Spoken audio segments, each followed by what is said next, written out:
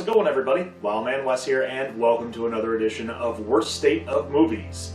Well, time to get on the whirlybird and fly to the next state.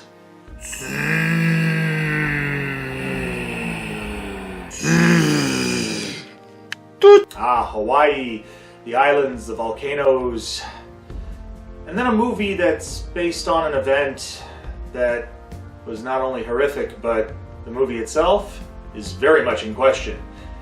We're going to do a history lesson. December 7th, 1941, a day that lived in infamy when Pearl Harbor was attacked. A lot of movies have been adapted from this historical event. Some good, some not so good. The one in question, we're going to be talking about 2001's Pearl Harbor by Michael Bay.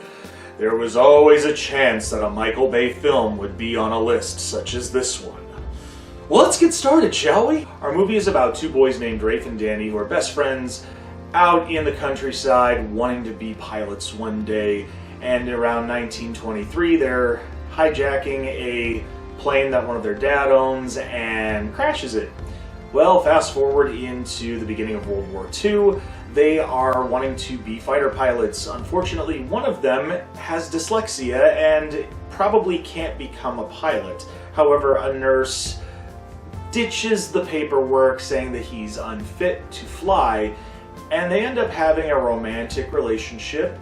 He gets shipped off to Germany to fight for World War II, and his friend Danny gets sent to Hawaii. Unfortunately, while fighting in Germany, Rafe gets attacked and is presumed dead, while his girlfriend goes to Hawaii to break the news to his friend Danny.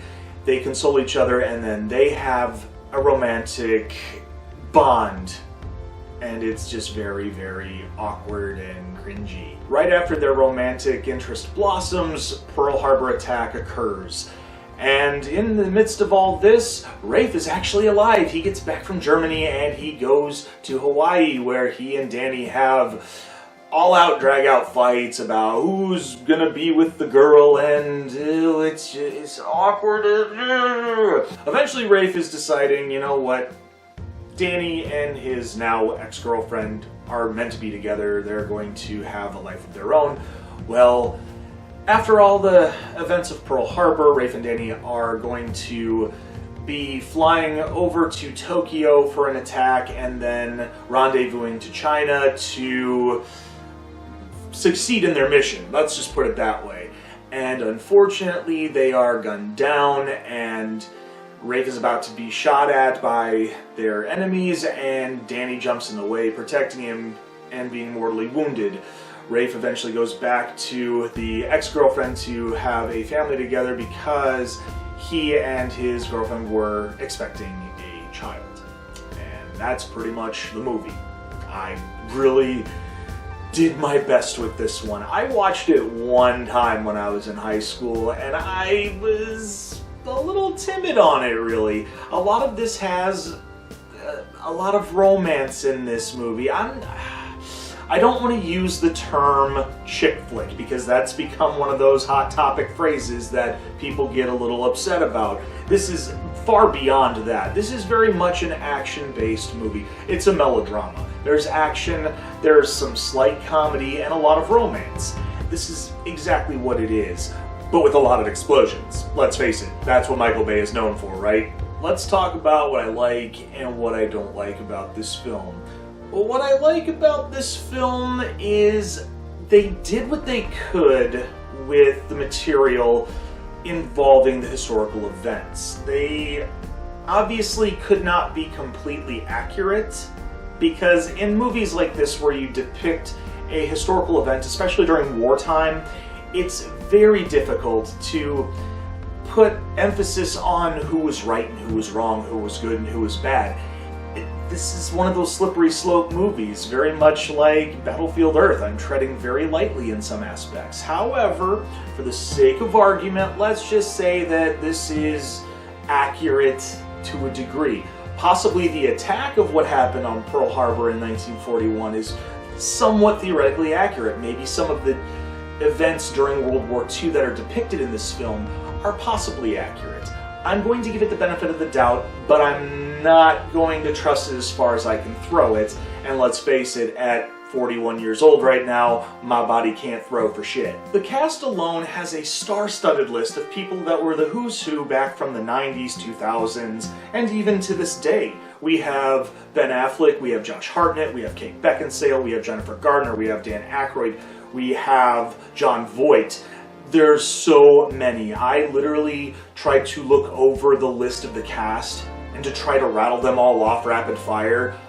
I would probably be doing a lot of editing for this episode. But let's just say the cast alone, it's the who's who of people back then. Moving into the concept of the cast, when it comes to the performances, there were some people that did very good, and there are some people that did very bad. I'm not going to get into too much on that. However, I will say the romantic moments can be very awkward, very cringeworthy, and very dry. The action moments, very, very inspirational, very in your face, and sometimes that's like one of those hoorah moments, and sometimes, especially in action films, you kind of need that, especially to keep the story going. However, this story went very much from wartime to slow down to wartime again. There's nothing necessarily wrong with that, but when you take ideas and inspiration from legendary films like From Here to Eternity, this is where I get a little perturbed. Because in the movie From Here to Eternity, a lot of it is there's these love triangles going on between soldiers and military wives, and in Pearl Harbor, there's definitely that love triangle going on, and you also have some of those archetypes of the characters when it comes to like Ben Affleck and Josh Hartnett. We have someone who is very much by the book to a degree when you have somebody like Montgomery Clift or Burt Lancaster. And then you have somebody who's eventually just gets into, let's face it, F it mode. I'm trying to censor myself a little bit here, folks. But Ben Affleck very much has the concept of Frank Sinatra's character in From Here to Eternity, where he just has nothing left to lose and he just gets inebriated all the time and wants to get into fights. And when I watched this, in retrospect, I actually, while watching this, I did take a moment to watch From Here to Eternity again. And I saw a lot of parallels, and some of them were not for the best. And on that I mean on Pearl Harbor, where I wouldn't say it's completely rip-off territory, but it is damn near close. Speaking of which, in From Here to Eternity, you have a lot of the exposition and storyline up until the attack of Pearl Harbor. In this movie, the attack of Pearl Harbor happens right near almost midpoint to getting close to the end, and then you have the final mission. And I know what they were trying to do to make it look like it wasn't a knockoff From Here to Eternity. However, when you put the main battle, the emphasis of the title of the film midpoint, and then the rest of it's just kind of where do we go from here, that really threw me off to the point where I felt, why do we need to see more after the big traumatic event that the movie's taking place from? It blows my mind. I'm going to do my best to not get on a soapbox about what I don't like about this film.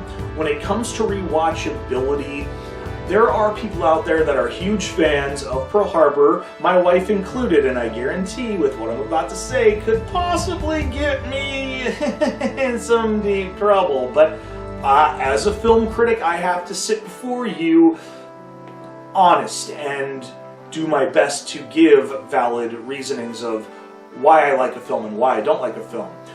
As I said, rewatchability, for me, probably not. There probably is that group of people that love Pearl Harbor and will watch it over and over and over again. However, I'm the type that I agree with Trey Parker and Matt Stone with the song from Team America World Police. Pearl Harbor sucked, and I miss you. That being said, for me, worst movie of Hawaii, we're gonna say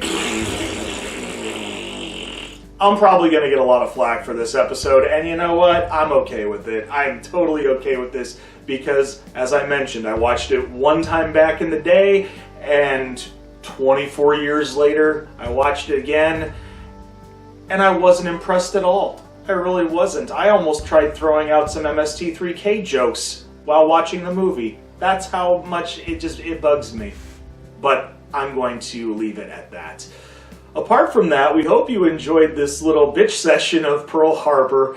If you've seen the movie and you agree with me, leave a thumbs up, and if you didn't, that's okay. I understand.